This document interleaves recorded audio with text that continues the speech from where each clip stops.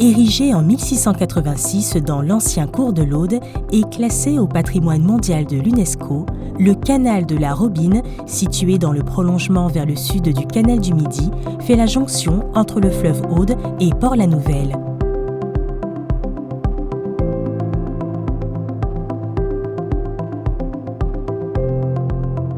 Calme et inoffensif en apparence, le canal de la Robine peut représenter en cas de crue de l'Aude un risque important pour la métropole de Narbonne. Novembre 1999, c'est le déluge. Des pluies diluviennes s'abattent sur le bassin versant de l'Aude qui entre en crue et inonde les basses plaines. Des brèches se forment dans les remblais le long du canal de la Robine, provoquant l'inondation de certains quartiers de Narbonne.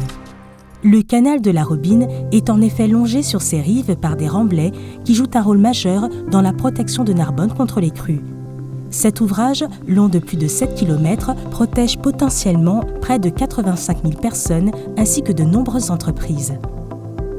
L'ouvrage a déjà été cassé. Existe-t-il encore aujourd'hui un risque qu'il rompe à nouveau ? C'est pour répondre à cette question que le syndicat mixte du Delta de l'Aude, en coordination avec le gestionnaire des canaux VNF, a lancé une étude visant à réaliser un diagnostic des remblais longeant le canal. L'état des remblais a été analysé et des simulations hydrauliques ont été réalisées pour connaître le rôle de chaque tronçon dans la protection de Narbonne.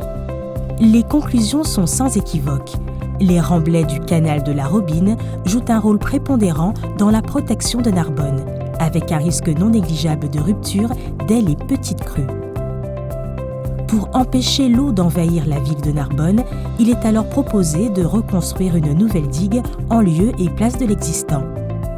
Dimensionné pour protéger jusqu'à une crue centennale, le projet actuel prévoit une digue de 1,5 à 2,5 mètres de haut en moyenne et composée d'une structure en millefeuille.